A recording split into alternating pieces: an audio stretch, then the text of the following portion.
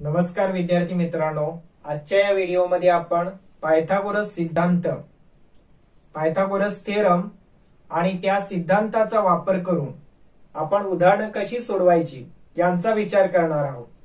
तत्पूर्वी पायथागोरस सिद्धांत म्हणजे काय असतं, what is the Pythagoras theorem ते आपण पाहूया।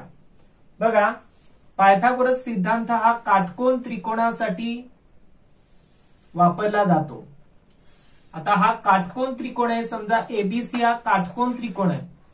याला काटकोन त्रिकोण का म्हणायचं? कारण याचा एक कोन काटकोन आहे B, right angle triangle, B is the right angle. मग या काटकोन त्रिकोणात काटकोणाच्या समोरची बाजू असते अपोजिट टू राईट अँगल, तिला काय म्हणतात? कर्ण, किंवा आपण काय म्हणतो? हायपोटेनस, बरोबर। आणि त्यानंतर या उरलेल्या बाजू ज्या असतात, इतर बाजू, त्यातली एक बाजू पाया असते म्हणजे बेस असते, आणि एक बाजू उंची असते म्हणजे काय? हाईट, बरोबर। तर अशा प्रकारचा काटकोन त्रिकोण असेल तर या काटकोन त्रिकोणासाठी पायथागोरस सिद्धांत काय की कर्ण वर्ग बरोबर पाया वर्ग अधिक उंची वर्ग। याचा अर्थ काय? आता पाया आणि उंची या काटकोन करणाऱ्या दोन बाजू आहेत, म्हणजेच काय? काटकोन त्रिकोणात कर्णाचा वर्ग हा उरलेल्या दोन बाजूंच्या वर्गांच्या बेरजे इतका असतो। यालाच पायथागोरस सिद्धांत म्हणतात। म्हणजेच काय? Hypotenuse square equal to base square plus height square. Pythagoras सिद्धांत आपण काय सांगू शकतो? तर in right angle triangle hypotenuse square is equal to sum of square of other two sides of the triangle. येते लक्षात? यालाच पायथागोरस सिद्धांत म्हणतात। आता बघा, या त्रिकोणात समजा तीन बाजू आपल्याला दिलेल्या आहेत, बरोबर।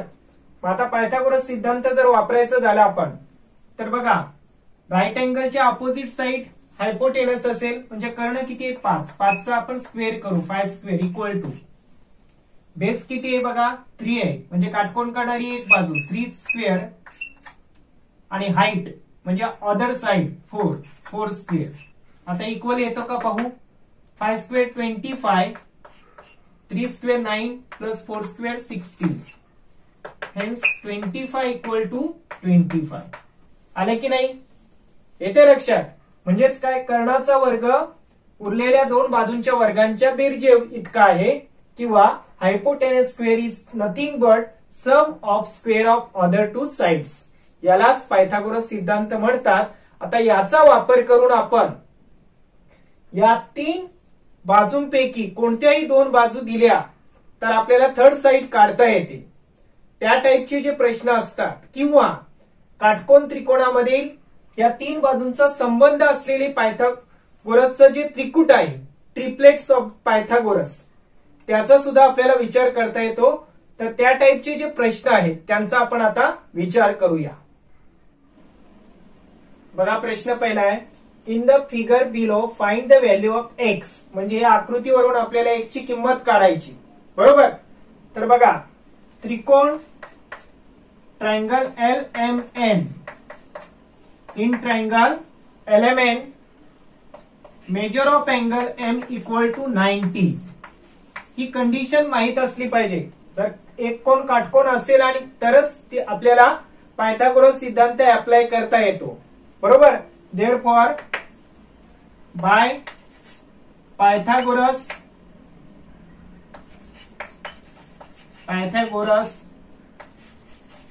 थेरम किंवा पायथागोरस सिद्धांतानुसार बघा, आता मग कोणता आहे कर्ण? कोणता आहे? तर काटकोनाच्या समोरची बाजू कर्ण असते, म्हणजे हा राईट अँगल आहे तर याच्या समोर आपल्याला कर्ण मिळेल, म्हणजेच काय मिळेल आपल्याला? हायपोटेनस। म्हणजे LN हायपोटेनस झाला। मग पायथागोरस सिद्धांत काय होणार? LN स्क्वेअर किंवा लेंथ LN स्क्वेअर, ओके। नुसतं ln घेतलं तरी चालेल. ln स्क्वेअर इक्वल टू काय घेऊ शकतो आपण, one side mn square plus second side lm square. आता बघा आपण ln ची व्हॅल्यू टाकूया. ln आपल्याला काढायचे, ln ची व्हॅल्यू काय x स्क्वेअर इक्वल टू काय येणार मग mn 24 square plus 7 square. Therefore x square equal to 24 चा स्क्वेअर 24 चा वर्ग किती येतो 576. ओके, तुम्हाला जवळपास 30 पर्यंतचे तरी वर्ग माहित असले पाहिजेत.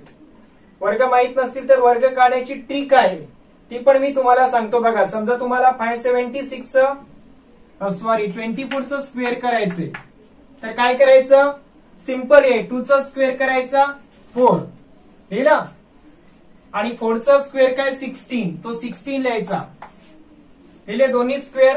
आता यांचं मल्टिप्लाय करा. 4 2 जा 8, 8 ची डबल 1 डिजिट सोडायचं आणि 4 2 जा 8 आहे ना, 8 ची डबल 16 इथे ऍड करायची. म्हणजे बघा 6 7 5 आले की नाही 576. ओके, आणि स्क्वेअर 7 स्क्वेअर किती आहे 49.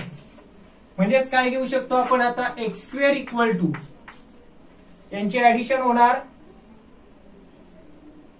9 6 5 2 and 625.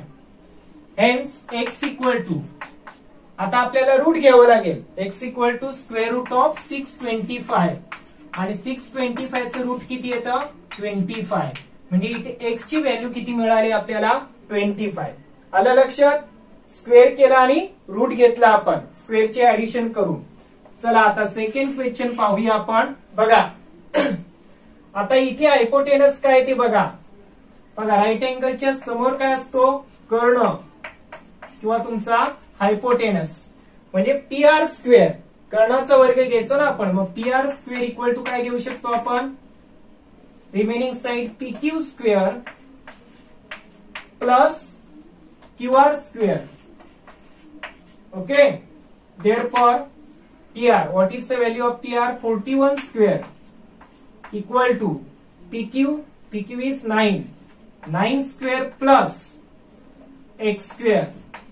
आता तुम्हाला 41 चा स्क्वेअर माहित नसेल तर कसं काढणार 41 चा स्क्वेअर. बघा एकदम सिंपल आहे. 4 चा स्क्वेअर किती येणार 16. ओके, आणि 1 चा स्क्वेअर 1च असतो पण डबल डिजिट 1 काय लिहायचा 01.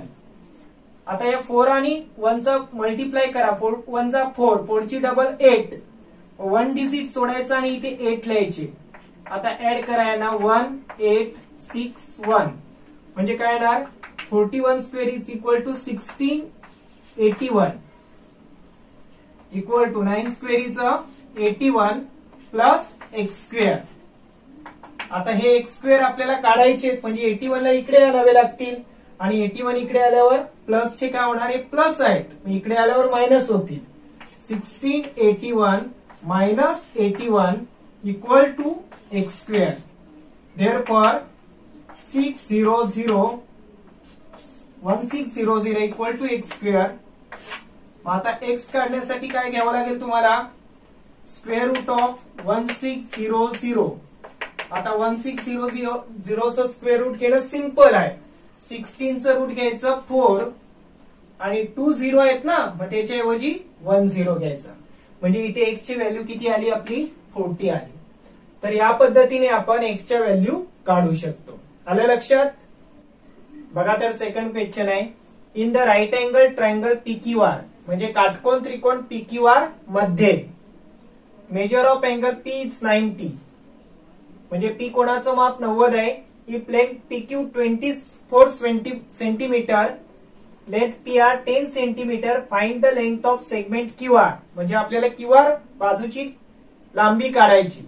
येते लक्षात. आता त्यासाठी काटकोन त्रिकोण तुम्हाला काढता आला पाहिजे आणि योग्य ठिकाणी योग्य त्या किमती ठेवता आल्या पाहिजेत. ते जर जमलं आकृती तर तुम्हाला पुढचं काम अत्यंत सोपं आहे. बघा आपण कसं काढायचं. आता काटकोन त्रिकोण एवढं लक्षात येतं आपल्या. मग राईट अँगल ट्रायंगल आपण काढला असा. ओके, आता स्टार्ट कुठे करायची बघा. मेजर ऑफ अँगल P90 90 कोणतं आहे? पी आहे. म्हणजे इथे पी येणार 90. इथूनच स्टार्ट करायची. म्हणजे 90 अँगल जर तुम्ही चुकवला नाही तर तुमची आकृती बरोबर असेल. पी मिळालं 90. आता इकडे काय घेऊ शकतो? P Q Q Q R small आहे. P Q 24. मग पी क्यू आणि आर असं घेऊ शकतो. ही 24 घेतली आपण. तर मग पी आर किती आहे बघा? पी आर 10 आहे. येते लक्षात? आणि आता आपल्याला काय करायचंय? Find the segment Q R. Length of segment Q R म्हणजे हे काढायचंय आपल्याला. येते का लक्षात? आता काढू शकतो ना. आता मग काय म्हणू शकतो? In triangle P Q R measure of angle P equal to 90. म्हणून पायथागोरस सिद्धांतानुसार किंवा बाय पायथागोरस थेरम. येते लक्षात? मग काय येणार? पायथागोरस थेरम काय येणार इथे? तर बघा कसं येणार, लक्ष लावा. की आता तुम्हाला राईट अँगल माहित आहे, म्हणजे याच्या अपोजिट कोण असेल? कर्ण असेल किंवा हायपोटेनस. हे ओळखायचं. म्हणजेच काय? आर क्यू स्क्वेअर येऊ शकतं ना. Length R Q square equal to remaining side कोणत्या राहिल्या? P Q square plus P R square. येते लक्षात ना? फर्स्ट साइड काय असेल? P Q square plus P R square.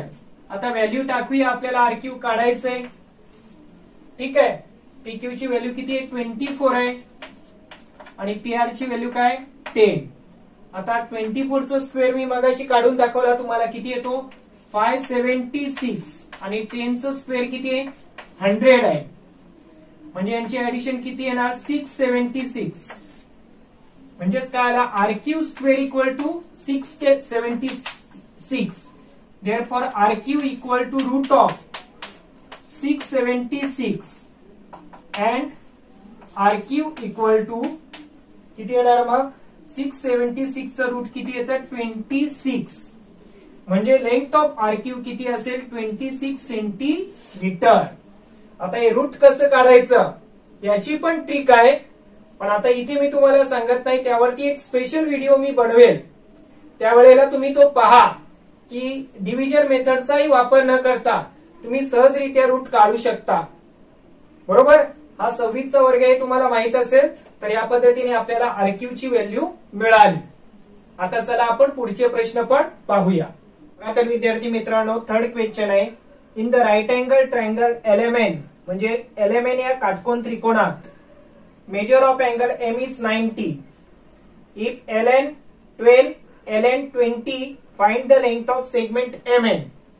आपण प्रथम काटकोन त्रिकोण काढावा लागेल आपल्याला. तर बघा, आपण एक राईट अँगल ट्रायंगल विचारात घेऊ इथे. येते लक्षात? आता बघा, 90 चा अँगल कोणता आहे? M. इथूनच स्टार्टिंग करायच्या. मग इथे M घेणार मी, M90. चला आता पुढे बघा. पुढे L M N.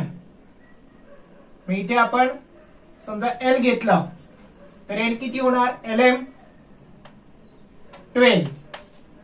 आणि मग L M N या साइडनं इकडे L घेतला तरी चालेल. येते लक्षात? मग आता इथे हे किती आहे? LN 20 आहे. आणि आपल्याला काय काढायचं? सेगमेंट MN काढायचे ना. आपण परत काय म्हणू शकतो? इन राईट अँगल ट्रायंगल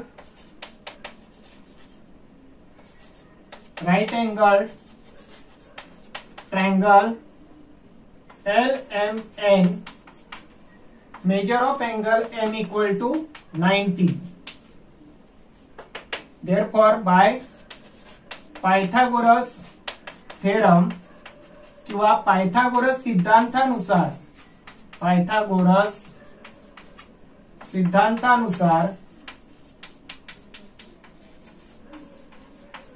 बघा, आता काय येणार सांगा मला? हायपोटेनस काय? इथे आहे ना कर्ण, तुमचा हायपोटेनस. म्हणजे hypotenuse LN. Therefore LN square equal to remaining side ML किंवा LM square plus MN square.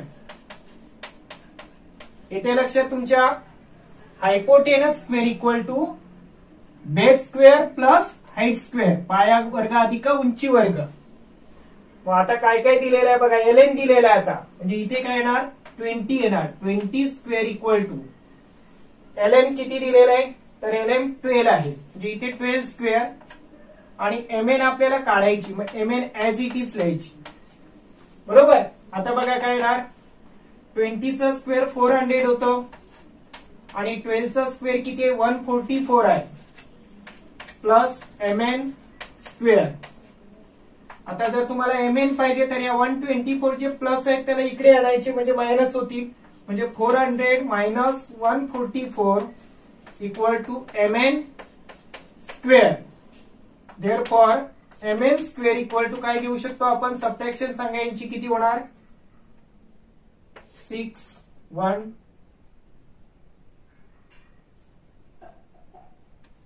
10 minus 4 6 1 carry 10 minus 5 5 1 256.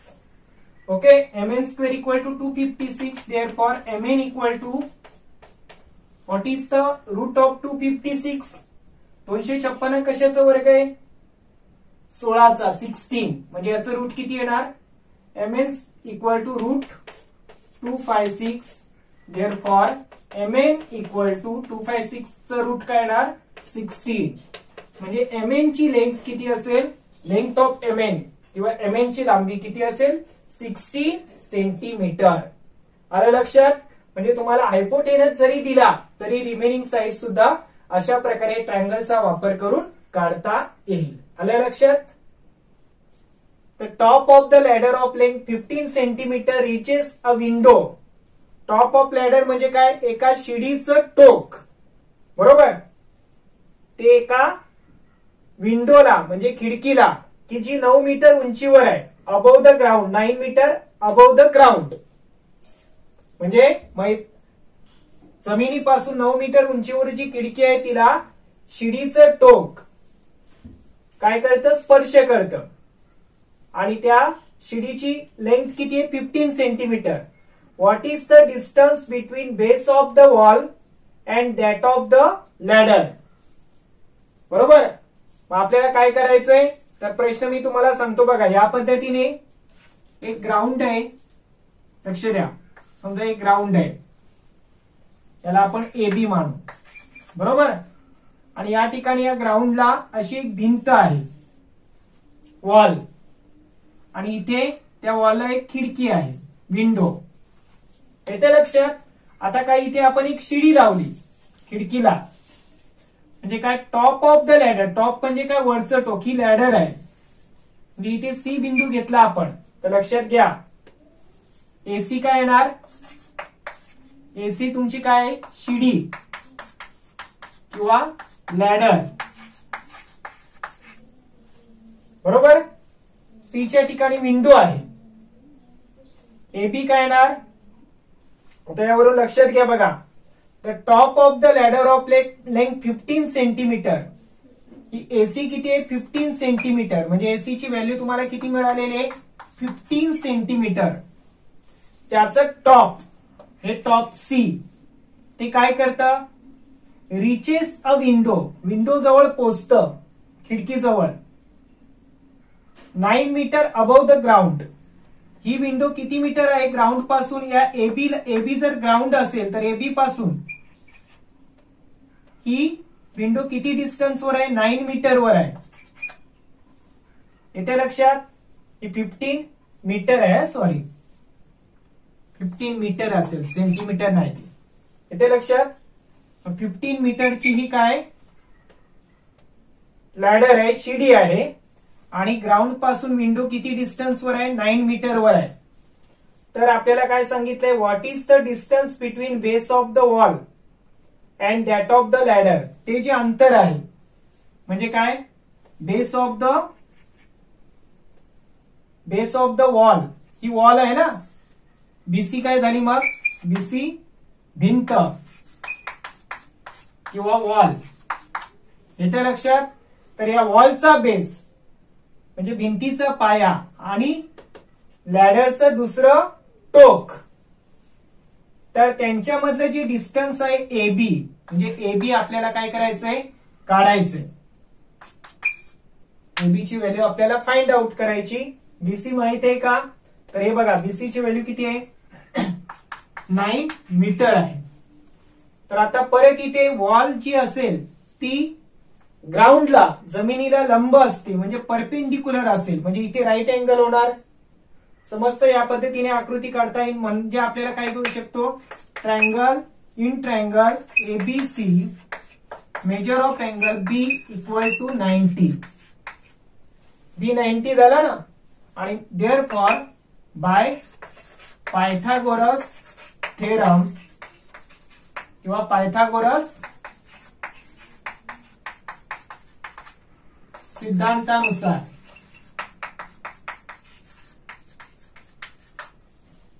Pythagoras सिद्धांतानुसार काय येणार, तर हायपोटेनस काय झालं आपलं, आता कर्ण बघा, हायपोटेनस एसी आहे. Therefore AC square equal to काय घेऊ शकतो आपण, AB square plus BC square. चला एसी सांगा किती आहे, 15 आहे. 15 स्क्वेअर इक्वल टू एबी किती आहे, तर एबी आपल्याला फाइंड आउट करायचे, डिस्टन्स काढायचे ना आपल्याला या दोघांमधलं, समजतं. आणि बीसी किती आहे, तर बीसी 9 मीटर आहे, म्हणजे 9 स्क्वेअर.